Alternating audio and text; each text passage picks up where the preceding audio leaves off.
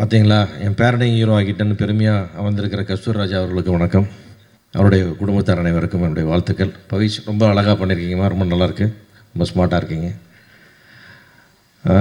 தயாரிப்பாளர்கள் விக்னேஷ்க்கும் தனஞ்சயன் சாருக்கு என்னுடைய வாழ்த்துக்கள். இந்த படம் வந்து ஒரு அதிசயமாக நீங்கள் ஓடிடியெல்லாம் விற்றுட்டுலாம் ரிலீஸ் பண்ணுறீங்க. இதெல்லாம் வந்து சமீப காலத்தில் நாங்கள் கேள்விப்படாத விஷயம், அது நடந்திருக்குது. அதுவே ஒரு பெரிய நல்ல பிரேக் சைன். அது டைரக்டர் வந்து ரொம்ப நல்லா கோஆப்ரேட் பண்ணி நல்லா பண்ணார். மகேஷை பற்றி பெருமையாக நிறைய வாட்டி தனஞ்சயன் சொல்லியிருக்காரு. அதனால் அந்த படம் பெரிய வெற்றிக்கான எல்லா அறிகுறிகளோடும் வியாபாரம் ஒரு படம் பார்த்து வாங்கிட்டாங்கன்றதே நம்ம வந்து ஒரு ஒரு ஒரு ரிவ்யூ மாதிரி உங்களுக்கு அது அருமையான விமர்சனமாக எடுத்துக்கலாம். அனுபவமாக வந்திருக்கு. மொத்த டீமுக்கு என்னுடைய வாழ்த்துக்கள், மியூசிக் டைரக்டர்ஸ் எல்லாத்துக்கு வாழ்த்துக்கள்.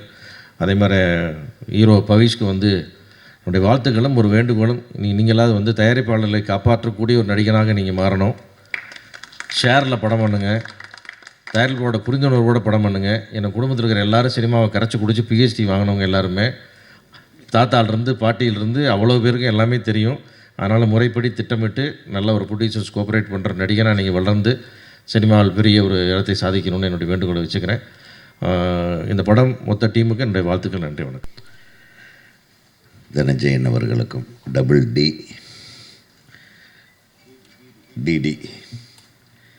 டிடி இணைந்து டெஃபினட்டாக டிடி ஸ்டுடியோஸ் பாருங்கள். ஆமாம், இதில் இல்லையா? சரி, ரெண்டு பேரும் நல்ல ஒரு உண்மையாகவே நிறைய புதுசாக வர்ற தயாரிப்பாளர்களுக்கு நீங்கள் ஒரு வழிகாட்டியாக இருக்கீங்க. நிறைய முதலீடுகளோட ஒரு ஒரு புதுமையான ஒரு படத்தை எடுக்கணுன்றப்போ ஒரு சரியான வழிகாட்டுதல் உள்ள ஒருவரோடு சேர்ந்து படம் பண்ணுறது, அதுவும் நல்ல ஒரு தயாரிப்பாளர்களை வச்சு கூட்டணியோட, இப்போ தயாரிப்பாளர் சங்க உறுப்பினர்களோ அல்லது நடப்பு தயாரிப்பாளர் சங்க உறுப்பினர்களோடு சேர்ந்து பண்ணுற ஒரு முயற்சியை வந்து நான் உண்மையிலுமே பாராட்டுறேன். ஏன்னா அவங்களுக்கு நிறைய விஷயங்கள் தெரியும், எது நல்லது எது கெட்டதுன்னு தெரியும். புதுசாக வர்றவங்களுக்கு நம்ம என்ன பண்ணுறதுன்னே தெரியல, அது என்ன இந்த முறைப்படி ஒரு திரைப்படத்தை எப்படி எடுப்பதுன்னு தெரியல. ஸோ அந்த மாதிரி ஒரு காலகட்டத்தில் நீங்கள் சரியான ஆளை தேர்ந்தெடுத்துருக்கிறீங்க. சினிமாவில் பிஹெச்டி வாங்கினவர் இவர், சாதாரண ஆள் இல்லை. நான் வந்து ஒரு காலத்தில் இசையமைத்து ஒரு 10 பாடல்களை ஒரு கேசட்டாக வெளியிடும்போது அதை வாங்க வந்தார் முதல்ல என்னுடைய நண்பர். அப்போ இருந்து எனக்கு தனஞ்சயன் அவர்களை தெரியும். ஒரு 20 வருஷம் இருக்குமா சார்? 20 வருஷத்துக்கு முன்னாடி நான் மியூசிக் போட்டிருக்கேன் வேறு. இது ஒரு ஆச்சரியமான விஷயம் இல்லை. அதை வந்து வாங்கினவர் இவர். அது மிகப்பெரிய வெற்றி ஆல்பமாக அது போச்சு. அது வந்து முருகனை பற்றிய ஒரு ஆல்பம். ஸோ அந்த நாள் நான் எப்படி பார்த்தனோ அதே என்டர்பிரேஷனர் அந்த என்டர்பிரைசிங் ஒரு பிரச்சனை, அதே ஒரு வேகத்தோட அவர் அதிலிருந்து மோசர் பியர்ன் வந்து அதுக்கப்புறம் வேறு கம்பெனிகள்லாம் தானே ஒரு கம்பெனியை உருவாக்கி, தானே ஒரு ஃபில்ம் இன்ஸ்டியூட்டை வந்து உருவாக்கி, ஸோ எல்லா வகைகளிலும் சினிமாவை நேசிக்கிற ஒரு மனிதர். ஸோ அவர் வந்து நிச்சயமாக எப்பவுமே ஜெயிக்கிற விஷயங்களை தான் உங்களுக்கு காட்டுவார். ஸோ உங்கள் 2 பேர்த்துக்கு எனது மனமார்ந்த வாழ்த்துகள். அப்புறம் இன்றைக்கி காலையில் கூட ஒரு படத்துக்கு பூஜைக்கு போயிருந்தேன். அது லாலிபப்பு. இப்போல்லாம் சினிமாவுக்கு டைட்டில் வைக்கிறதே படுத்து யோசனை பண்ணுவாங்க போல் இருக்கு. ஒரு வார கணக்கில் ரூம் போட்டு டிஃப்ரெண்ட்டாக வைக்கிறாங்க. லாலிபப்பு பார்ட்டி, அதாவது ஆமாம், லாலிபப் ஸ்போர்ட்ஸ் அகாடமின்னு ஒரு படம்.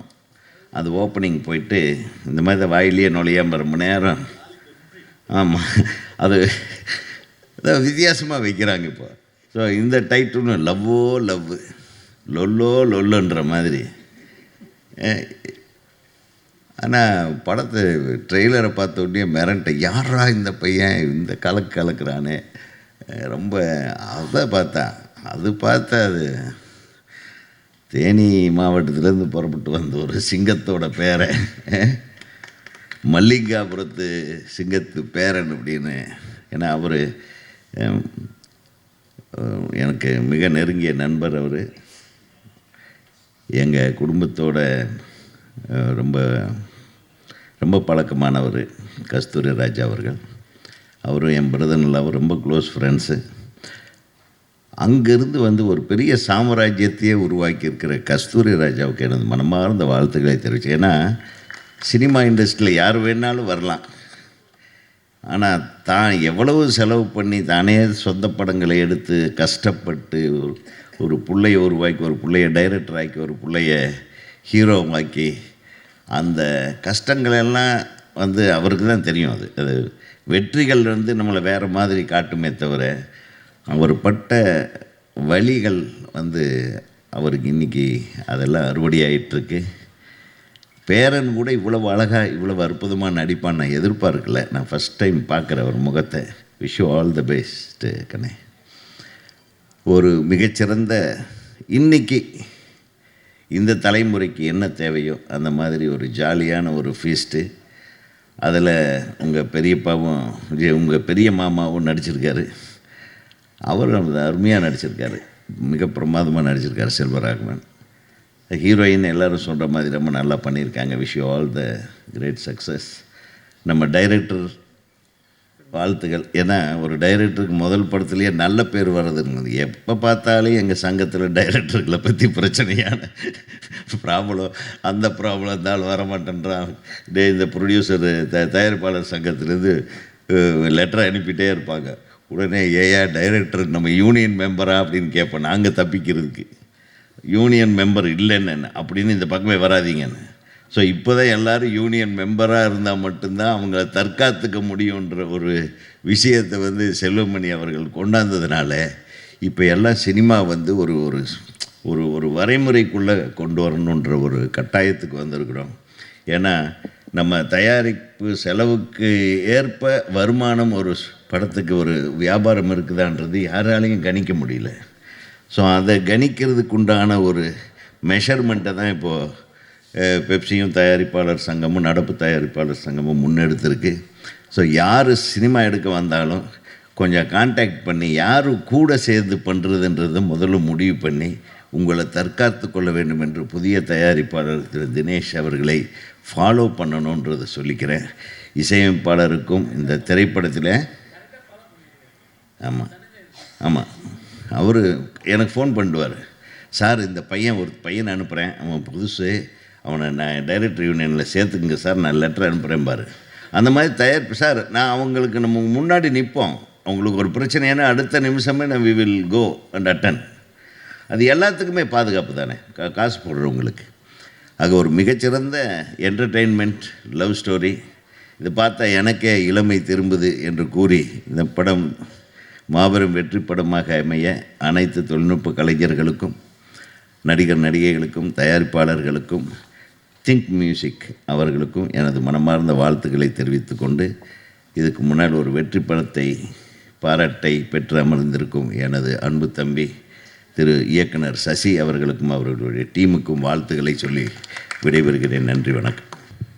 லவ்வோ லவ் திரை முன்னேற்றத்திற்கு வருகை புரிந்திருக்கும் எனது அன்பு சகோதரர்களாகிய பத்திரிகை நண்பர்களே, இணையதள வலையதள நண்பர்களே மற்றும் மேடையில் வீட்டிற்கும் எனதருமை சகோதரர்களே உங்கள் அனைவருக்கும் வணக்கம். லவ்வுக்கு எனக்கு என்ன சம்மந்தம்னா, பெப்சி தொழிலாளர் தலைவர் என் அன்பு நண்பர் அண்ணன் ஆர்கே சொல்லிட்டு போயிட்டாங்க. ஆக்சுவலாக இந்த படத்தை நான் எடுத்துக்கலான்னு அதுக்கு ஆல்மோஸ்ட் ஷூட்டிங் லெவலில் பிளான் பண்ணியாச்சு. கடைசி நேரத்தில் இந்த மாரல் நீதி என்னென்னா, யார் முதல்ல கமிட் பண்ணாங்களோ அவங்க தான் பண்ணணுங்கிற நீதிக்கு உட்பட்டு தனஞ்சயன் சாரே இந்த படத்தை தயாரிக்கணும்னு சொன்னதுனால நம்ம விட்டு கொடுத்துட்டோம். உண்மையிலே மகேஷ் எப்படின்னா கதை சொல்லுவார்னா, நான் பார்த்து வியந்து கதை சொல்கிற நம்பர் 1 யாருன்னா என்னுடைய குருநாதர் எஸ்.ஜே. சூர்யா, அதுக்கப்புறம் செந்தமிழன் அன்பு அண்ணன் சீமான் அவர்கள். இவங்க 2 பேரும் கதை சொன்னால் டம்மி கதை கூட ஓகே ஆகிடும். அப்படியே அந்த இந்த கதையை வந்து பண்ணியே ஆகணுங்கிற ஒரு அட்டென்ஷனை க்ரியேட் பண்ணுவாங்க சொல்லும் போது. அப்படி ஒரு அட்டென்ஷனை க்ரியேட் பண்ணுற ஒரு சமீபத்திய ஒரு இயக்குனர் தான் மிஸ்டர் மகேஷ். அவர் கதை சொன்னால் இதை உடனே படம் பண்ணிடணும், இது ஷூட்டிங் போயணுங்கிற ஒரு இன்டென்ஷன் நமக்குள்ளே வரும். எனக்கு அந்த இன்டென்ஷன் வந்து தான் நான் ஆர்கே செல்வமணி சார்ட்ட அவர் கூப்பிட்டு போனேன். நம்ம பையனை வச்சு ஃபஸ்ட்டு கூட படம் பண்ணுறோம், அது யூத்தாக ட்ரெண்டாக ஃபன்னியாக இருக்கணும் அப்படின்னு பிளான் பண்ணி தான் நான் கதை கேட்டேன். மோஸ்ட் ஆஃப் த டைரக்டர்ஸ் வந்து எல்லாமே த்ரில்லர் தான் சார் இருக்குது, த்ரில்லர் தான் இருக்குது, இதான் ட்ரெண்டு, அதான் ஓடிடியில் பிஸ்னஸ் ஆகுதுன்னு அதை பேஸ் பண்ணி நிறைய பேர் கதை பண்ணிகிட்டு இருக்கப்ப இந்த படம் யூத்துக்கு பிடிக்கும் அப்படின்னு நம்பி ஸ்கிரிப்ட் பண்ண மகேஷ் சாருக்கு இந்த நம்ம படத்தை பண்ணலான்னு நினைக்கிறப்ப எனக்கும் தனஞ்சி சாருக்கு ஒரு ஒற்றுமை ஏற்கனவே உண்டு. அது தண்டட்டின்னு ஒரு படம். தண்டட்டி படத்தில் எனக்கு ஒரு கேரக்டர், அதுக்கு அட்வான்ஸ் கொடுத்தாங்க சார். ஆனால் அந்த படம் ஸ்டார்ட் ஆகவே இல்லை. எதுக்கு சார் ஸ்டார்ட் ஆக மாட்டீங்க அப்படின்னா, இல்லை ரவி, நம்ம கமிட் பண்ண ஹீரோவுக்கு பெரிய பிஸ்னஸ் முதல்ல இருந்துச்சு, இப்போ இல்லை, என்ன செய்யறதுனே தெரியல, இதை பட்ஜெட்டில் பண்ணால் தான் செட் ஆகும், டைரக்டர் கைமீறி பட்ஜெட் பண்ணுறது லாஸ் ஆகிடும், அதான் பயமாக இருக்குது அப்படின்னாரு. சார் எவ்வளோ சார் இதுக்குள்ளே பண்ணணும் அப்படின்னா, இது வந்து ஒரு 3 ரூபாய்க்குள்ளே பண்ணால் எனக்கு ஓகேன்னாரு. சார் 3 ரூபாய்க்குள்ளே நான் பண்ணித்தரேன் உங்களுக்கு இந்த படத்தை, அதுக்கு மேலே ஆனிச்சுன்னா 1 பைசாவும் நீ கொடுக்க வேணாம் சார், நான் போட்டு எடுத்துருவேன், 50 லட்சம் ஆனிச்சுன்னா நான் போட்டுருவேன் சார், 1 கோடியே நான் போட்டுருவேன் சார். என்ன சொல்கிறீங்க, நான் போட்டுருவேன் சார் அப்படின்னு. அவரை நம்பி ஒரு 2 மாதம் ட்ராவல் பண்ணிட்டே இருந்தோம். அப்புறம் ஏதோ ஒரு சூழ்நிலை, அவர் ஏதோ ஒரு கன்னட படத்தை ரீமேக் பண்ண வேண்டிய சூழ்நிலை சத்யராஜை வச்சு பண்ண போகிற மாதிரியா, அதனால் இதை கொஞ்சம் தள்ளி போட்டிருக்கேன்னாரு. அதை அவங்களுக்கு தெரியும், நான் தள்ளி போட்டதாவே அப்படியே ரொம்ப தள்ளி போயிடும். ஸோ ஆனால் நான் இந்த படத்தை எடுக்கிற இன்டென்ஷன் உருவாக காரணம் தண்டட்டியோட கதை. ராஜ்குமார் சொன்ன ஸ்கிரிப்ட் வந்து இந்த படம் வந்து நமக்கு ஒரு நேம் சம்பாரிச்சு கொடுக்கணுனால தான் சொன்னேன். அன்றைக்கி அதை மிஸ் பண்ணாங்க. தண்டட்டி எவ்வளோ பெரிய பேர் வாங்கினுச்சு, எவ்வளோ விருதுகள் வாங்கிச்சுன்னு உங்களுக்கு தெரியும் சார். அதேமாரி இப்போ நீங்கள் மிஸ் பண்ண பார்த்தீங்க, அதை மறுபடியும் நான் கேட்ச் பண்ண பார்த்தேன், அடடா ரவிமரியா கேட்ச் பண்ண போகிறானே, இது மறுபடியும் தண்டட்டி மாதிரி ஆகிடுமோ அப்படின்னு நீங்கள் எடுத்துட்டீங்க. ஆனால் அதுக்காக எடுக்கல, சும்மா ஃபண்டுக்காக சொன்னேன். நல்ல கதையெல்லாம் அந்த டைரக்டர் ஹோல்ட் பண்ணிட்டே இருப்பார். ஒரு நல்ல ஃபைனான்சர் வரணும், நல்ல செட்டப் வரணும், இவனை விட்டுறக்கூடாதுன்னு பொறுமையாக இருந்துகிட்டே இருப்பார் தனஞ்சயன் சார். அது ஒரு கட்டத்தில் முடியாமல் போனப்போ தான் டைரக்டர்ஸ் வந்து வெளில போகிறாங்க. ஆனால் அவருக்கு இந்த கதையை விட்டுறக்கூடாது, நல்ல கதை, அதாவது லவ், அதாவது சினிமா மேலே ஒரு பேஷன் இருக்கிறவங்களால தான் இந்த பட்ஜெட் படங்கள்லாம் பண்ண முடியும். முன்னாடி பேசின நண்பர் சொன்னார், சசி சார் தான் சொன்னார், பணம் இருக்கிறவங்களாம் ப்ரொடியூசர்ஸ் கிடையாது, அவங்களாம் பிஸ்னஸ் ரீதியான ஒரு செட்டப் தான் பண்ணுவாங்க. ஆனால் இந்த நல்ல கதையை படம் பண்ண இன்டென்ஷன் வந்து தனத்தின் சார் மாதிரி தான் ஆளுக்கு தான் உண்டு அப்படின்னாரு. அது உண்மை. அந்த நேரத்தில் அவருக்கும் நம்முடைய பவி சாருக்கெலாம் நான் வாழ்த்து சொல்லி தான் அவர் ஜெயிக்கணும்னு அவசியமே இல்லை. என்னுடைய அன்பு அண்ணன் எங்கள் ஊர் இருக்கார், கஸ்தூர்ராஜா சாருடைய பேரன் அவர், அவருடைய வாழ்த்துக்களும் அவருடைய மனைவியருடைய வாழ்த்துக்களுமே போதும். ஏன்னா அவங்க ப்ளஸ் பண்ண ஆளுக்கெல்லாம் பெரிய பெரிய ஆளாகிட்டாங்க. செல்வராமன் சார், தனுஷ் சார் எல்லாருமே அந்த பிளஸிங் அப்படியே கன்வே வந்துகிட்டே இருக்கும் சார். அப்புறம் சசி சாரை பார்க்கும்போது ரொம்ப சந்தோஷம். நானும் சசி சாரும் வந்து ஏஆர் காந்திகிருஷ்ணன் சார்கிட்ட டிஸ்கஷனில் இருந்தவங்க. சசி சார் ஒரு சீன் பண்ணுறதுக்கு அப்படி லெஃப்ட் ரைட்டு நடந்து போயிட்டே இருப்பார். அந்த சீனை பிடிக்கிற வரைக்கும் விடவே மாட்டார். அவ்வளோ ஒரு இன்டென்ஷன் அவருக்கு சீனை பிடிச்சிருந்த இந்த சீனை நம்ம ஓகே பண்ணுங்கிற ஒரு காம்படிஷன்லேயே செயல்படுவார். வசந்த் சார் நான் ஃபஸ்ட்டு படம் சேரும்போது எல்லாருக்கும் உதவி இயக்குனர் தான் போட்டாங்க, எனக்கு மட்டும் தான் துணை இயக்குனர்னு போட்டார். அந்தளவுக்கு நான் ஒர்க் பண்ணேன்னு சொல்லி தன்னுடைய ஒர்க்கை அவரே ஃபேஸ் பண்ணிட்டே இருப்பார். அதுக்கு ஒரு சொந்தக்காரரும் கூட. இன்றைக்கி நான் வந்து பெஸ்ட்டு கிரீமி டைரக்டர் 13 பேரில் நானும் ஒரு ஆளாக மணிரத்னம் சார் டீமில் இருக்குன்ற சமீபத்தினுடைய பேட்டியை படித்தேன். ரொம்ப சந்தோஷமாக இருந்துச்சு. சசி சார் நானே எப்படின்னா ஏஆர் காந்தி சார் ஒர்க் பண்ணும்போது பிஎஸ்சி எஸ்எல்ஆர் சைடு தான் என்னுடைய வாகனம். ஒரு தடவை ரவி என்னை ரூமில் இறக்கி விட்டுருங்கன்னாரு.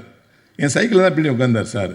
நான் என்ன பண்ணேன், இந்த கோடம்பாக்கு பிரிட்ஜு வரும்போது சசி சார் கொஞ்சம் வெயிட்டாக இருப்பார், இப்போ கொஞ்சம் இழைச்சிட்டாரு. ஆமாம், ஹைட் அதே தான், வெயிட்டாக இருப்பார். நான் என்ன பண்ணேன், அந்த பிரிட்ஜு மேலே ஏறவும் வெயிட் தாங்க முடியல, டக்குன்னு அழுத்திட்டே இருக்கேன். மேக்ஸிமம் அழுத்திட்டே வரும்போது அவருக்கு தெரில, பேசியே வந்தார். திடீர்னு என்ன சார் சைலண்ட் ஆகிட்டீங்க அப்படின்னு. இல்லை சார், இல்லை ரவி, வீட்டில் ஒரு மேரேஜ், அது அக்கா தங்கச்சின்னு தெரில, யாரோ சொன்னாங்க, அதுக்கு பணம் கொடுக்கணும், நமக்கு பணமும் கிடைக்க மாட்டேங்குது, என்ன பண்ணுன்னு தெரிலன்னு ரொம்ப ஃபீல் பண்ணி பேசினப்போ நான் சொன்னேன், சார் நான் ஆனந்த விடனில் ஒரு நகைச்சுவை காம்படிஷனில் கலந்துக்கிட்டேன். அதில் யார் அதிகமாக 8 வாரங்களில் யார் காமெடி அதிகமாக வருதோ அதுக்கு 50,000 பரிசு. நான் இது வரைக்கும் வந்து ஒரு 3 காமெடியில் வின் பண்ணிட்டேன். இன்னும் ஒரு 5 வாரம் இருக்குது சார், எப்படியாவது எல்லா வாரமும் என்னுடைய காமெடியை வர வச்சு நான் 50,000 உங்களுக்கு வாங்கி தந்துடுறேன் சார் அப்படின்னேன். நம்ம நேரம் 4வது வாரம் வந்துச்சு, 5வது வாரம் வந்துச்சு, 6வது வந்துச்சு, 6 காமெடி ஆகிடுச்சு. இப்போ 7வது வாரம் சஸ்பென்ஸ், 8வது காமெடி வந்துச்சுன்னா 50,000 எனக்கு கையில் கிடச்சிரும். அன்றைக்கி என்ன பண்ணேன்னா ஆனந்த விடல் ஒரே ஒரு நபருடைய காமெடி 2 காமெடியை போட்டு அவர் 9 ஆக்கி இன்னும் 7 ஆக்கி அவருக்கு 50,000 கொடுத்துட்டாங்க சார். அதனால தான் அந்த உண்மையை நான் இது வரைக்கும் சொல்லவே இல்லை உங்கள்கிட்ட, இப்போ தான் சொல்கிறேன். அந்த 5 வாரம் நான் வந்து கிட்டத்தட்ட அந்த 5 காமெடி வர்றதுக்கு ஒரு 500 காமெடி எழுதி கிழிச்சு போட்டிருப்பேன் சார். ஏன்னா அந்தளவுக்கு நாங்கள் கஷ்டப்பட்டோம் வாழ்க்கையில் முன்னுக்கு வரதுக்கு. சைக்கிள் சொல்கிறதுக்கு காரணமே வந்து சைக்கிளில் போனவங்க இந்த அளவுக்கு உயர முடியுங்கிறதுக்கு சினிமா ஒரு காரணம் தான், அவருடைய ஹார்டு ஒரு காரணம். சசி சார் இன்னைக்கு வரைக்கும் ட்ரெண்டி டைரக்டராக இருக்கார். 100 சாமி மாதிரி ஒரு தரமான படத்தை இயக்கிட்டு இருக்காரு. அவர் என்றைக்குமே அவருடைய அந்த தரமான சேர் அப்படிங்கிற சேரில் பக்கத்தில் ஒரு பொழுதுபோக்கு சேர், பக்கத்தில் ஒரு காமெடி சேர், பக்கத்தில் ஒரு லவ் சேர், பக்கத்தில் ஒரு ஆக்ஷன் சேர், எந்த சேர்லையுமே அவர் உட்கார மாட்டார். அந்த குவாலிட்டி, இந்த கதைக்குள்ளே காமெடி வந்தால் ஓகே, இந்த கதைக்குள்ளே ஃபைட்டு வந்தால் ஓகே, இந்த கதைக்குள்ளே காதல் வந்தால் ஓகேன்னு கதையை மையப்படுத்தி எடுக்கிற சில டைரக்டரில் எங்களுடைய சசி சார் ஒருவர். அவருடைய அந்த தொடர்ந்து அந்த உறுதி இருக்கணும்னு சொல்லி வேண்டி விரும்பி என்னுடைய அன்பு நண்பர் மகேஷ் அவர்களே, மனதார வாழ்த்துறேன். அவர் ஜெயிக்கணும், நல்லா ஜெயிக்கணும், மிக சிறந்த ஜெயிக்கணும். ஏன்னா ரொம்ப ஷார்ட் பீரியடில் சொன்ன டேட்டில் படம் எடுப்பாருங்கிறது நான் கதை சொல்லும்போது புரிஞ்சுக்கிட்டேன். இதேமாரி பல ப்ரொடியூசர் அவரை காப்பாற்றணும். மீண்டும் ஒருமுறை பவி சார் அவர்களுக்கும் கதாநாயகன் நடித்தவர்களுக்கும் எங்களுடைய வனிதா மேடம் வந்து அநீதி படத்தில் எங்களுடைய டைரக்டர் வசந்தபாலன் சார் படத்தில் பின்னி எடுத்திருந்தாங்க. அந்த கேரக்டருக்கு நான் தான் ரெஃபர் பண்ணேன் மேடம். அது உங்களை ரெஃபர் பண்ணலுக்கு இல்லை, கதை பேசிகிட்டு இருக்கும்போது அப்படியே பேசிகிட்டு இருக்கும்போது வந்தது தான். அதாவது வனிதா மேடத்தை பற்றி நீங்கள் வந்து நிறையா கான்ட்ரவர்சியில் என்னென்னமோ வீடியோ போடுறீங்க. அவங்களுக்குள்ள எவ்வளோ திறமை இருக்குது தெரியுமா? அவங்க ஒரு கேரக்டர் கொடுத்தா எப்படி நடிப்பாங்க அவங்க படங்களை நீ பாருங்கள். ரொம்ப அக்யூரசி பெர்ஃபார்மன்ஸ் அவங்க கொடுக்குறாங்க. அவங்க இன்னும் நிறைய கேரக்டர் வரணும், அவங்க இன்னும் வளரணும்னு சொல்லி இந்த படம் லவ்வோ லவ் பொங்கலோ பொங்கல்னு சொல்கிற மாதிரி ஒரு ரீச்சபிளான டியூனில் இருக்குது. இந்த லவ்வோ லவ் மிகப்பெரிய வெற்றி பெற எல்லாம் வல்ல இறைவனை வேண்டுகிறேன். நான் நாகதுர்கா. முதல்ல டீசருக்கு ப்ரோக் பாய் சாங்க்கு நீங்கள் கொடுத்த ரெஸ்பான்ஸ் லவ்க்கு ரொம்ப ரொம்ப நன்றி. We are expecting the same love for the trailer and movie as well. This film is going to release on 10th July worldwide. So we need your blessings so much. Please do watch and get ready to fall in love with Love O Love. Thank you. Love O Love. ரொம்ப I think நீங்கள் தான் முதல் வாட்டி meet பண்ணுறோம். இப்போ நிறைய வாட்டி ஃபோனில் பேசியிருக்கோம். பார்த்ததில் ரொம்ப சந்தோஷம். அண்ட் மூணு பாடல்கள்லேயும் சரி எப்படி இருக்க போகுதுன்னு சொல்லிட்டு எனக்கு ஃபஸ்ட்டு தெரியல. பட் பார்க்கும்போது ஏஞ்சி ஆடணுன்ற ஒரு லெவலுக்கு இருந்துச்சு. அண்ட் அதுக்கான வந்து மெயினான கான்ட்ரிபியூட்டர்ஸ் வந்து I think Foxon, you are really amazing finders in this industry. பரிமளான்கோட சாங்ஸ் வாட்சா விடாத, அதுக்கப்புறம் தம்ட்டு தக்காளி, அது கிட்டத்தட்ட ஒரு இன்ஸ்டாகிராமே 2 வாரம் டாமினேட் பண்ணி விட்டுருச்சு அந்த பாட்டு. And that is what's required in this current cinematic atmosphere. அதே மாதிரி ட்ரெய்லர் கூட பார்த்தோம், நீங்கள் சாயந்தரம் பார்த்துருவீங்க. ட்ரெய்லர் வந்து இன்றைக்கி வந்து ஒரு படத்தை வந்து மக்கள் வந்து பார்க்க வரணும்னா வெறுமன படம் நல்லா இருந்தால் அது வந்து ரிலீஸ்க்கு அப்புறம் ஆட்டோமேட்டிக்காக ஒரு ட்ராக்ஷன் கெயின் பண்ணிட்டு போயிடும். பட் ஒரு ட்ரெய்லரோட கட் வந்து எந்த அளவுக்கு முக்கியன்றது இந்த காலகட்டத்தில்ன்றது ரொம்ப வந்து நிறைய பேர் பார்த்துருப்பாங்க. நம்ம ரீசெண்டாக வந்து எத்தனையோ பெரிய படங்கள் வந்து அது ட்ரெய்லர் நீங்கள் பார்த்துருந்தீங்கன்னா அப்சல்யூட்டாக ஒரு ஆடியன்ஸை வந்து உள்ளே இழுக்கிற மாதிரியான ஒரு ட்ரெய்லராக இருக்கும். அதே மாதிரி ஒரு ட்ரெய்லர், அதே மாதிரி ஒரு வைப்பில் வந்து இந்த ட்ரெய்லர் இருந்துச்சு. இந்த ட்ரெய்லர் கட் பண்ணவங்களுக்கு ரொம்ப ஒரு பெரிய congratulations. And Dinesh sir, Dhananjayan sir, I think உங்களுக்கு கரெக்டான ஒரு பேராக கிடச்சிருக்காரு. So again very well constructed, very well put forward film. And Nagadurga, unga screen presence is really good. And ilanti oka manchi role meeku ilanti oka short time lo vachindi. And I hope you'll do justice, and I hope you get a lot of future films as well. And inga irukra, I mean Pavish, the hero of today's stage. And ரொம்ப நல்லா dance ஆடியிருக்காரு, ரொம்ப நல்லா perform பண்ணியிருக்காரு. அது வந்து நீக்கிலே வந்து அவர் culture recognition வந்து மேலும் மேலும் தொடரட்டும், மேலும் மேலும் வளரட்டும்.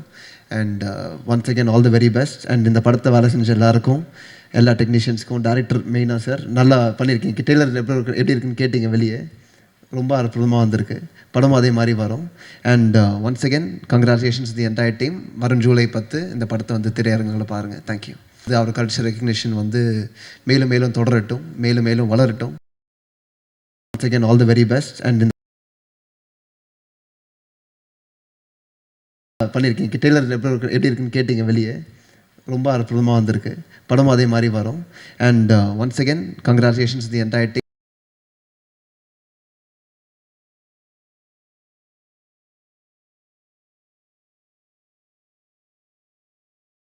மேலும் மேலும் வளரட்டும்.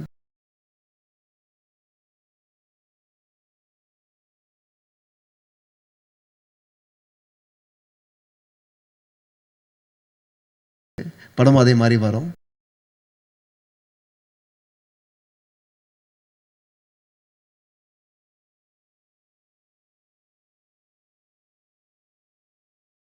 மேலும் மேலும் வளரட்டும்.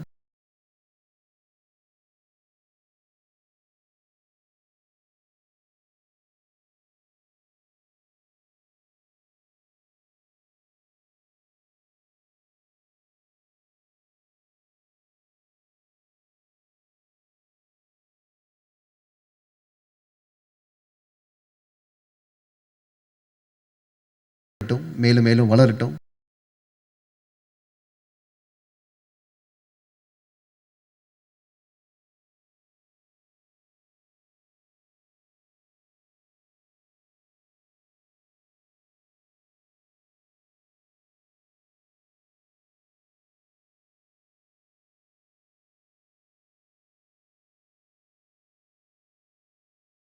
வளரட்டும், மேலும் மேலும் வளரட்டும்.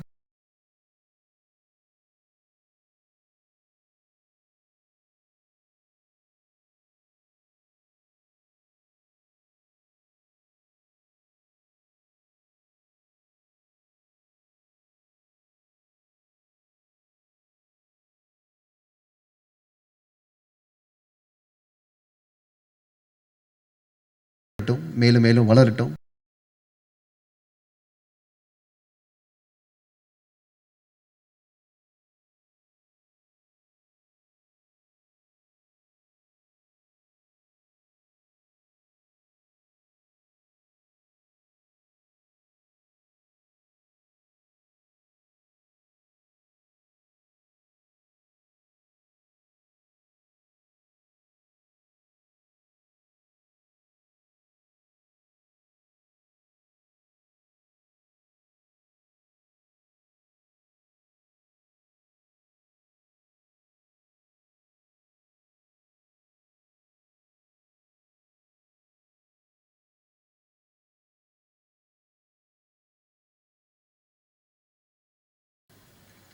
முதல்ல கடவுளுக்கு நன்றி.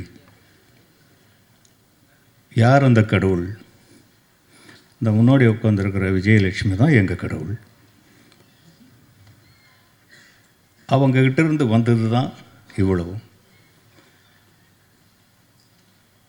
நான் பாட்டு ரொம்ப நல்லா இருக்குது. இந்த ட்ரெய்லர் மாதிரி ஒன்று போட்டாங்க, அதுவும் நல்லா இருக்குது. இதோட ஒரு வெற்றிக்கு வேறு ஒன்றும் தேவையில்லை. லவ் ஓ லவ், லவ் ஓ லவ், இதை எத்தனை தடவை சொன்னாலும் இணைக்குது. யாருக்கு தான் இணைக்காது லவ் ஓ லவ்னா? இப்படி ஒரு டைட்டில் வச்சதுலேருந்தே அந்த டைரக்டர் வெற்றி அடைஞ்சிட்டார். இதில் செல்வராகவன் நடிச்சிருக்காரு. இன்றைக்கி இவர் இங்கே வரணும்னு ரொம்ப போராடினார். கடுமையான காய்ச்சல் அவருக்கு. பல தடவை அவங்க அம்மாக்கிட்ட சொல்லி, அம்மா வர முடியல, அம்மா வர முடியல. பவிஷோட அம்மாவுக்கு ரொம்ப ஆதங்கம், அண்ணன் வரணும் அப்படின்ட்டு. அவர் உண்மையிலே வர முடியல. அவருக்காக நான் மன்னிப்பு கேட்டுக்கிறேன்.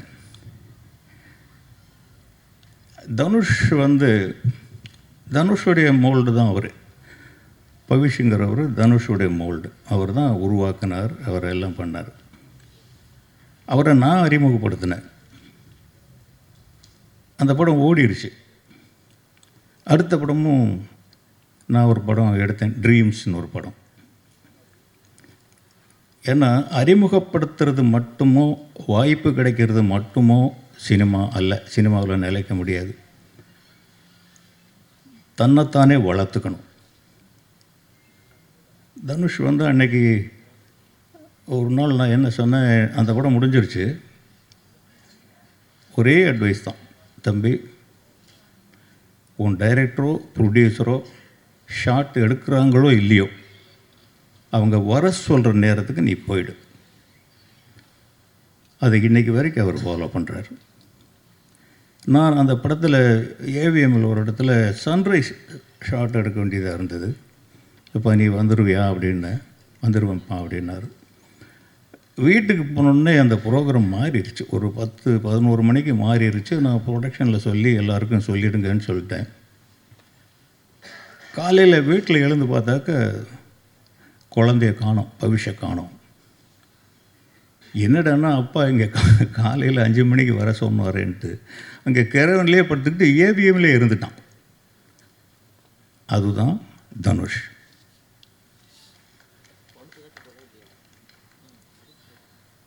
அந்த டிசிப்ளின் உங்கள்கிட்டையும் இருக்கணும். பவிஷ் வாங்க.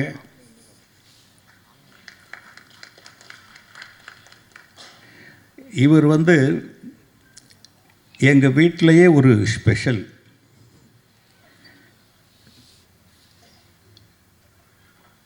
என்னுடைய ஒய்ஃப் விஜயலட்சுமிக்கு செல்வராகவன் ஸ்பெஷல். இதை மாற்றவே முடியாது. இவங்க அம்மா டாக்டர் விமலகீதா எனக்கு ஸ்பெஷல். இவர் அவங்களுக்கு முதல் குழந்தை, அதனால் எங்களுக்கு ஸ்பெஷல். முதல் பையன் செல்வராகவன், முதல் பேரன் பவிஷ். இந்த விதத்தில் 2 பேருமே எங்கள் குடும்பத்தில் ரொம்ப ஸ்பெஷல். Hard work. எப்படிடா இவன் இவ்வளோ பண்ணான் அப்படிங்கன்னு மலைக்க வச்சிட்டான். இந்த 3 சாங்குலையுமே ரொம்ப நல்லா பண்ணியிருக்காரு. தனுஷும் அப்படி தான் பண்ணார். தொழிலுக்காக எதையும் சொல்வது. தனுஷ் வந்து அவ்வளோதாங்க. ஒரு படம் துள்ளுபோத இளமை முடிஞ்ச உடனே காதல் கொண்டேனில் செல்வராகவன்கிட்ட ஹேண்ட் ஓவர் பண்ணியாச்சு. அவரை காதல் கொண்டேன் முடிஞ்ச உடனே சுப்பிரமணிய சிவா எடுத்துக்கிட்டார். இன்னும் சொல்ல போனாக்கா அவரை ஹீரோன்னு மோல்டு பண்ணதே சுப்பிரமணியம் சிவா தான். அந்த திருடா திருடிங்கிற படத்தில் மன்மதராசாங்கிற பாட்டு இல்லைன்னா அவருடைய கெரியர்லேயே ரொம்ப பெரிய படம் அது. அவர் தன்னைத்தானே வளர்த்துக்கிட்டார். அவர் யாருமே வளர்க்கலை. அது மாதிரி பவிஷ், உங்களை நீங்களே வளர்த்துக்கணும். அப்படி தான் வளர்த்துக்கிறோம். நாங்கள் யாரும் அவருக்கு அட்வைஸ் பண்ணுறதில்ல. இப்போல்லாம் யாரும் அட்வைஸ் பண்ணாரும் கேட்குறதில்ல. அதனால் நம்ம அட்வைஸ் பண்ணாமலே இருந்துக்கிறது. இவருக்கு என்ன சொல்கிறது, என்ன சொல்லிக் கொடுக்குறது? அந்த நீக்குங்கிற படம் பண்ணதிலிருந்து ராத்திரியும் பகலுமா பைத்தியம் மாதிரி சுற்றிக்கிட்டு இருக்கார். எங்கன்னா கிளாஸுக்கு போகிறார், எங்கன்னா டான்ஸ் கிளாஸ் போகிறார், எங்கன்னா ஃபைட் கிளாஸுக்கு போகிறார், எங்கன்னா ஷூட்டிங் போகிறார். எனக்கு ரொம்ப எது பெருமை தெரியுமா? ஒரு படம் ஒரு படம் இப்போ தான் பூஜை போட்ட மாதிரி இருக்குது. வெஸ்ட் மாம்பலத்தில் எங்கேயோ ஒரு இடத்துல பூஜை போட்டாங்க. பார்த்தா டக்குன்னு ஆடியோ லான்ச்சுக்கு வந்து நிற்குது. இப்படியெல்லாம் படம் எடுத்தால் சினிமாவில் நஷ்டமே வராதுங்க.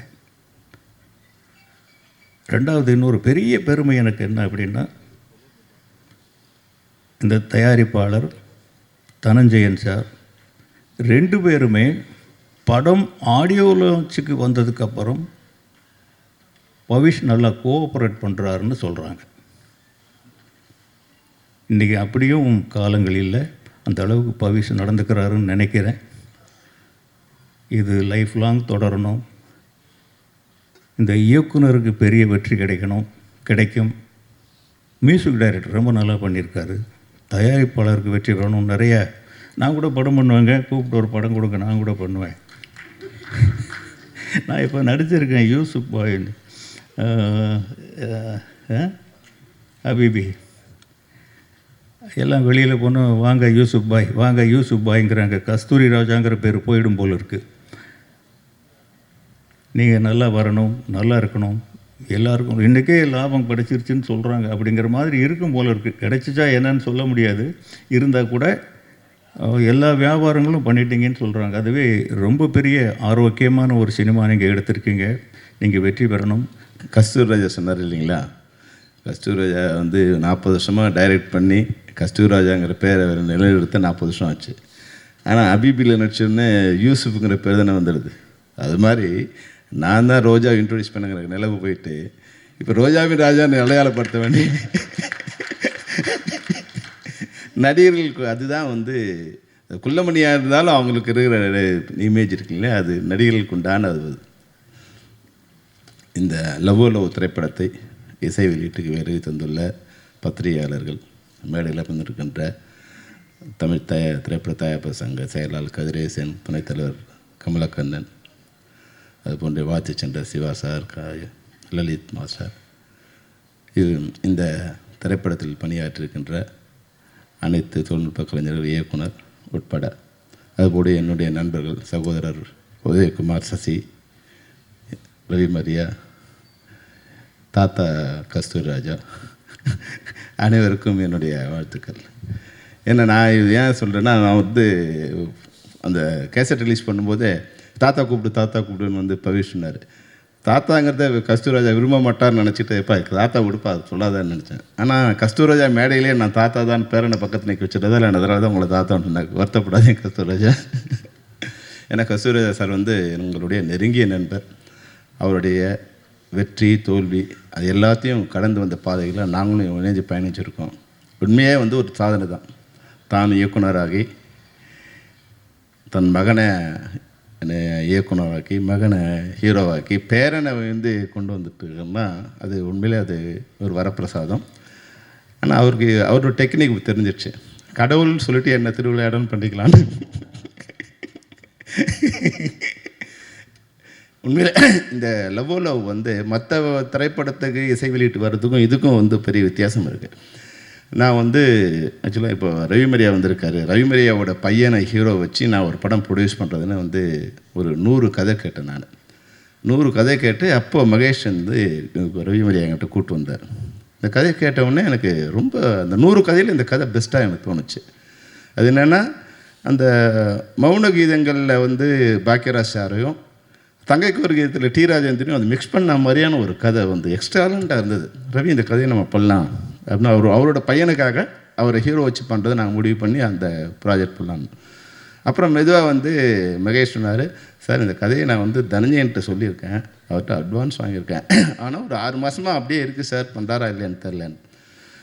நான் கேட்கட்டேம்மா சார்னார். அப்புறம் நீ எங்களுக்காக கேட்காத, நானே அவர்கிட்ட பேசுகிறேன்னு நான் வேறு எல்லாம் விஷயம்லாம் பேசிட்டு அவர்கிட்ட மெதுவாக கேட்டேன், சார் மகேஷ்னு ஒரு பையன்கிட்ட கதை கேட்டிங்களே அது எப்படி? சார் கொஞ்ச நாள் ஹோல்ட் பண்ணுறோம், ஒரு சரியான இது வந்தோடனே அதை லிங்க் பண்ண போது சார் 2 months ஸ்டார்ட் பண்ணிவிடுவேன். இப்போ ரவி கூப்பிட்டுன்னா ரவி அந்த படம் டேக் ஆஃப் ஆகுது, அதனால் அந்த கதையை நம்ம பண்ண முடியாதுன்னு. அதனால் இந்த கதையை வந்து ஏறக்குறைய எனக்கு ஒரு 1.5 hours சொன்னார். அவ்வளோ அழகாக அந்த கதை கேட்கும்போதே ஒரு படம் பார்க்குற மாதிரி இருந்தது. உண்மையாக வந்து அவ்வளோ சிறப்பாக இருந்தது. நிச்சயமாக இந்த படம் ஒரு நல்ல படமாக இருக்கும். இதில் நடிக்கிற 2 பேர் மிகப்பெரிய பேர் வாங்குவாங்க. இதில் ஹீரோவுக்கும் ஹீரோயினுக்கும் வந்து அவ்வளோ எக்ஸ்ட்ராடினரி கேரக்டர்ஸ் இந்த கதை. நீங்கள் படம் பார்த்தீங்கன்னா தெரியும். அவர் கதை சொல்லும்போதே 2 சொன்னார். அப்போ பவிஷ் ஹீரோன்னு சொல்லல, ஆனால் செல்வராகவன் மாதிரி ஒரு கேரக்டர்ஸான்னு சொன்னார். அந்த கதையை உருவாக்கும் போதே செல்வராகவன் மாதிரி ஒரு கேரக்டருங்கிறது உருவாக்கிட்டார். அப்புறம் ஒரு ரவுடி கேரக்டர்னு சொன்னார். அது யாருன்னு பார்த்தா வனிதா கொண்டு வந்து வச்சு உண்மையிலே நான் அந்த இதுக்கு நான் சிறப்பாக இருந்தது. அப்புறம் உள்ளே வரும்போது இப்போ தினேஷை பற்றி இவர் சொன்னார், நம்ம தினா சொன்னார், எப்படி நீங்கள் நண்பர்களாக இருக்கீங்கன்னு. உண்மையிலே நீங்கள் உங்கள் எல்லோரும் தெரியும், நம்ம தனஞ்சயன் வந்து எல்லாத்துலேயும் அதிகம் பேச்சு உட்பட. அது பேசும்போது கொஞ்சம் சேவட்டனாக இருந்துட்டோம். நீங்கள் இருந்துட்டிங்கன்னா எந்த பிரச்சனையும் இல்லை. வரும்போது சொன்னார், சார் டைரக்டர் எக்ஸலண்ட் சார். அதாவது ஒரு விஷயத்தை பிளான் பண்ணி திட்டமிட்டு என்கிட்ட ஒரு பட்ஜெட் சொன்னார் மகேஷ். நான் சொன்னேன், மகேஷ் இந்த பட்ஜெட்டில் பண்ண முடியாது மகேஷ், நீ சொல்கிறத விட கொஞ்சம் இது. நான் ஒரு பட்ஜெட் கொடுத்தேன், எவ்வளோ ஆகணும். இல்லை சார் நான் கொஞ்சம் ஸ்க்யூஸ் பண்ணி பண்ணுறேன். நான் சொன்னேன், இதெல்லாம் பண்ண முடியாது, இன்றைக்கி கரண்ட்டுடைய வேஜஸில் சிஸ்டத்தில் இது பண்ண முடியாதுப்பா, இவ்வளோ பண்ணணும். அவர் என்ன பட்ஜெட் சொன்னாரோ அதே பட்ஜெட்டுக்குள்ளே, அதை நான் சொன்ன பட்ஜெட் அதுக்குள்ளே வந்து அதை முடிச்சிருக்காருன்னா உண்மையில் 2 பேரோட முயற்சி இருக்கு இல்லையா, தனஞ்சயனோட முயற்சி ப்ளஸ் மகேஷோட திட்டமிடுதல்.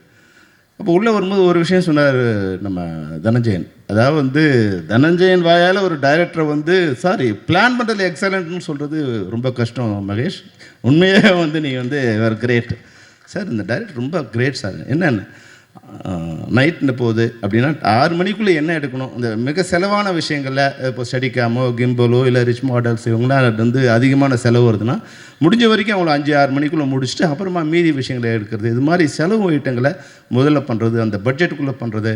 இப்போது எத்தனை நாள் சொன்னாரோ அத்தனை நாளுக்குள்ளே அந்த படத்தை முடிக்கிறது. அப்போது ஒரு சரியான டைரக்டர் இருந்துட்டால் ஒரு ப்ரொடியூசருக்கு எந்த கஷ்டமும் இல்லைன்னு சொன்னார். அந்த ப்ரொடியூசருடைய வேலையே சரியான டைரக்டர் தேர்ந்தெடுக்கிறது தான். அதை நீங்கள் சரியாக பண்ணிட்டீங்கன்னா நிச்சயமாக நீங்கள் எஸ்கேப் ஆகிடலாம். இப்போ என்னென்னா, நாங்கள் வந்து ஒரு அது நிர்பந்தம் மாதிரி தெரியும், தயாரிப்பாளர் சங்கங்களுக்கு நிர்பந்தம் மாதிரி தெரியும். அதாவது மெம்பர் தான் ஒர்க் பண்ணணும்னு இப்போ தீனா கேட்டார் அப்படின்ற போது இப்போ 3 விஷயம் வந்தது. இப்போ நேற்றே 3 விஷயம் சொன்னார். அதில் ஒருத்தர் வந்து நான் மெம்பர், அவரை எங்களால் கண்ட்ரோல் பண்ணி கொண்டு வர முடியல. அப்போ தயாரிப்பாளருக்கும் நஷ்டம், அவரை எந்த அமைப்பும் கட்டுப்படுத்த முடியாது. அப்போது ஒரு ஆர்கனைஸ்டு செக்டாராக இருக்கிறது எல்லாருக்கும் நல்லது. அந்த வகையில் இன்றைக்கி வந்து ஏற்கனவே ஒரு ஆர்கனைஸ் பண்ணுறதுக்கு இப்போ கமலக்கண்ணன் சொன்னார், நம்ம தனஞ்சயன் சொன்னார், அதாவது முன்னாடி திரைப்படங்களை வெளியிடுறதுங்கிறது தயாரிப்பாளரோட கண்ட்ரோல் கையில் இருந்தது. ஃபஸ்ட் காப்பி முடிஞ்சிச்சுன்னா படத்தை ரிலீஸ் பண்ணிடலாம், அது மீது என்னவாக இருந்தாலும் அது ப்ரொடியூசர் கண்ட்ரோலில் இருந்தது. அப்புறம் ஹீரோ கண்ட்ரோலுக்கு மாறிச்சு. இன்றைக்கி எவ்வளோ பெரிய ஹீரோவாக இருந்தாலும் அந்த ரிலீஸ் டேட்டை கண்ட்ரோல் பண்ணுறது ஓடிடி தான். பெரிய இன்றைக்கி தமிழ்நாட்டிலே பெரிய நட்சத்திரமாக இருக்கலாம், இல்லை இந்தியாவிலே பெரிய நட்சத்திரமாக இருக்கலாம். ஓடிடி இந்த மாதிரி சார் இந்த டேட்டில் நம்ம படம் வரணும், நாங்கள் இப்போ ரிலீஸ் பண்ண போகிறோம், நீங்கள் இந்த டேட்டில் ரிலீஸ் பண்ணால் தான் இதை பண்ண முடியும். அப்போ நீங்கள் சில சமயங்களில் ஃபஸ்ட் காப்பி வந்து 6 மாதம் கழிச்சு கூட வந்து இன்றைக்கி படம் ரிலீஸ் பண்ண வேண்டிய கட்டாயத்தில் இன்றைக்கி இருக்கும். நல்ல முயற்சியாக ஓடிடி ஒன்று ப்ரொடியூசர் சங்கத்திலேருந்து அவர்களோட ஆதரவோட இல்லை ஆலோசனையோட ஒரு ஓடிடி ஆரம்பிக்கிற முயற்சி வந்து உண்மையிலேயே ஒரு நல்ல முயற்சி. கமலக்கண்ணன், கதிரேசன், நீங்கள் எல்லோரும், தனஞ்சயன் கூட அதில் இருக்காருன்னு சொன்னார். நிச்சயமாக அப்படி வரும்போது இப்போ என்னென்னா ஓடிடியில் சின்ன படங்களை வாங்குறதில்ல, தனஞ்சயனுக்கு கொஞ்சம் அதில் இன்ஃப்ளூயன்ஸ் இருக்குது. அதனால் படமும் ஜனதன் இன்ஃப்ளூயன்ஸ் இருந்தால் எல்லா படத்தையும் வாங்கிட முடியாது, படமும் அவங்க பார்த்து நல்லா இருக்கணும். ஆனால் அந்த வாசல் எங்கே இருக்குங்கிறது தனஞ்சயன் மாதிரியான தயாரிப்பாளருக்கு தெரியும். ஆனால் மற்ற நிறைய தயாரிப்பாளருக்கு அந்த டோர் எங்கே இருக்குன்னே தெரியாது. அதை ஓடிடியில் எப்படி வந்து சேல் பண்ண கூட தெரியாது. ஏன்னா எல்லாருக்குமே வந்து ஹெட் ஆஃபீஸ் வந்து பாம்பேயில் இருக்கும். படம் எடுக்கணுன்னா இப்போ இங்கிலீஷும் கற்றுட்டு வரணுங்கிற ஒரு கட்டாயம் இப்போ இருக்குது. அப்போ இங்கே எந்த ஓடிடியோட அலுவலகமும் இங்கே இருக்கிறதில்ல. இங்கே இருக்குது, இது வந்து ஒரு கம்யூனிகேஷன் சென்டராக தான் அந்த ஆஃபீஸ் இருக்குது. இங்கேருந்து அவங்களுக்கு சொல்லணும், அவங்க வந்து படம் பார்க்கணும். இப்போ ஹீரோ கதை சொல்லி, ப்ரொடியூசர் கதை சொல்லி, இப்போ ஓடிடி கதை சொல்லி அவங்களுக்கு படத்தை காமிச்சு அப்போ ரிலீஸ் பண்ணணும். அப்படி இருந்தால் கூட ஒரு சின்னதாக ஒரு 5லேருந்து 10 படங்கள் தான் இன்றைக்கி ஒரு ஓடிடி வாங்குறாங்க. அப்போ அதிகபட்சம் 3-4 ஓடிடி தான் வந்து இன்றைக்கி மார்க்கெட்டில் படம் வாங்குறவங்களா இருக்காங்க. அப்படி பார்த்தீங்கன்னா கூட 30லேருந்து 40 படங்களை தான் அவங்களால வாங்க முடியும். ஆனால் நம்ம வந்து 250 படங்கள் ரிலீஸ் பண்ணோம். குறைஞ்சபட்சம் 200 படம் ஃப்ரீயாக கொடுத்தா கூட ஓடிடியில் வந்து வாங்கிறதுக்கு ஆள் இல்லாத சூழ்நிலையில் தான் இன்றைக்கி இருக்கும். ஆனால் அவங்க தான் டிசைட் பண்ணணும். அப்போ நிறைய படங்கள் வந்து இன்றைக்கி தேங்கி நிற்கிது. அப்போ நீங்கள் ப்ரொடியூசர் கவுன்சிலோ, ஆக்டிவ் ப்ரொடியூசர்ஸோ, இல்லை வந்து அதனுடைய இல்லை அரசாங்கத்தோட உதவி பெற்றோ ஒரு வாரத்துக்கு ஒரு படம் வந்து ரிலீஸ் பண்ணுற மாதிரி இருந்தால் ஒரு 50 படங்களை வந்து சின்ன படங்களை, நல்ல படங்களை ரிலீஸ் பண்ணக்கூடிய இது இருக்கும். அது வந்து ஆடியன்ஸுக்கு போய் சேரக்கூடிய வாய்ப்பு இருக்கும். நிச்சயமாக அந்த முயற்சி நல்ல முயற்சி. இந்த மேடையில் அதை நீங்கள் அனௌன்ஸ் பண்ண ரொம்ப பொருத்தமான விஷயம். ஏன்னா வந்து இன்றைக்கி இந்த படத்தை வந்து ஒரு தயாரிப்பாளர், நான் படத்தை வந்து வெற்றிகரமாக முடிச்சிட்டேன், பட்ஜெட்டுக்குள்ளே முடிச்சிட்டேன், ஓடிடி விற்றுட்டேன், தெலுங்கு விற்றுட்டேன், மியூசிக்கும் விற்றுட்டேங்கிறது தினேஷ் வந்து நிச்சயம் வந்து ஒரு வரப்பிரசாதம் தான். அதுபோல் வந்து பவிஷ் கூட வந்து நான் இப்போ பார்க்கும்போது ஒரு பூனை மாதிரி இருக்கார், சாஃப்டாக.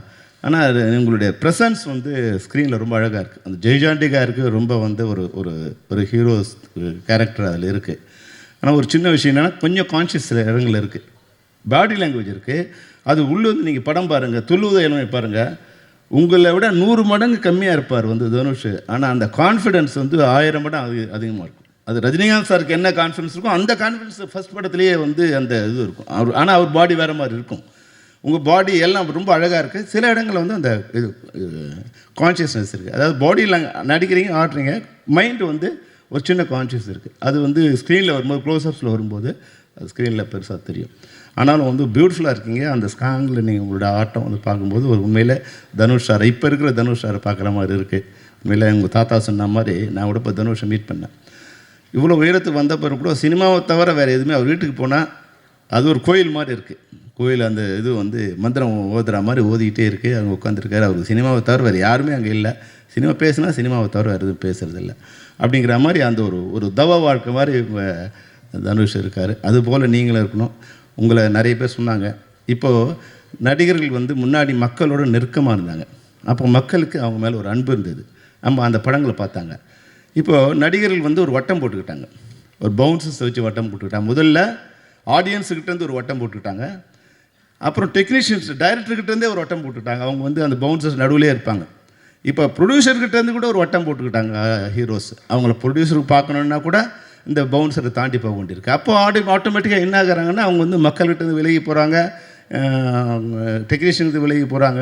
அப்படிலாம் இல்லாமல் முன்னாடி நாங்கள் படம் பண்ணும்போது, நாங்கள் பண்ணுற வரைக்கும் கூட எல்லோரும் ஒன்றா தான் இருந்தோம், ஒரே இடமாக தான் இருந்தோம். ஷார்ட் இருந்தாலும் இல்லைனாலும் எல்லோரும் அடுத்தவங்க என்ன நடிக்கிறாங்கன்னு இந்த நடிகர் பார்த்தாங்க.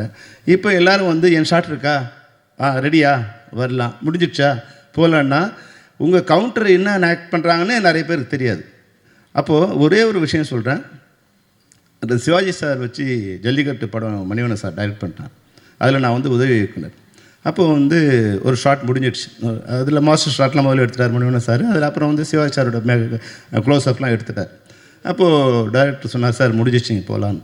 பரவாயில்ல பண்ணு உட்காந்துட்டார். உட்காந்து மேக்கப்லாம் கலைச்சிட்டாரு, கலைச்சி விக்லாம் எடுத்துட்டார். அப்புறம் சத்யராஜ் சார் கவுண்டர் ஷாட்ஸ்லாம் எடுத்துகிட்ருக்கோம். அதில் மாஸ்டர் ஷாட்டில் சத்யராஜ் சார் என்ன பண்ணாரோ அதை விட வந்து வேறு வந்து ஆக்ஷன்லாம் அவர் பண்ணியிருந்தார். அது அது கொஞ்சம் என்ஹான்ஸ் பண்ணியிருந்தார். உடனே சிவா சார் சொன்னார், ஏய் நீ இதெல்லாம் பண்ணலையடா, நீ வந்து மாஸ்டர் ஆக்ட் இதெல்லாம் பண்ணலையே, என்னோடய காம்பினேஷனில் இதெல்லாம் பண்ணலையே, நீ என்னை ஏமாற்றக்கூடாதா நீ என்ன.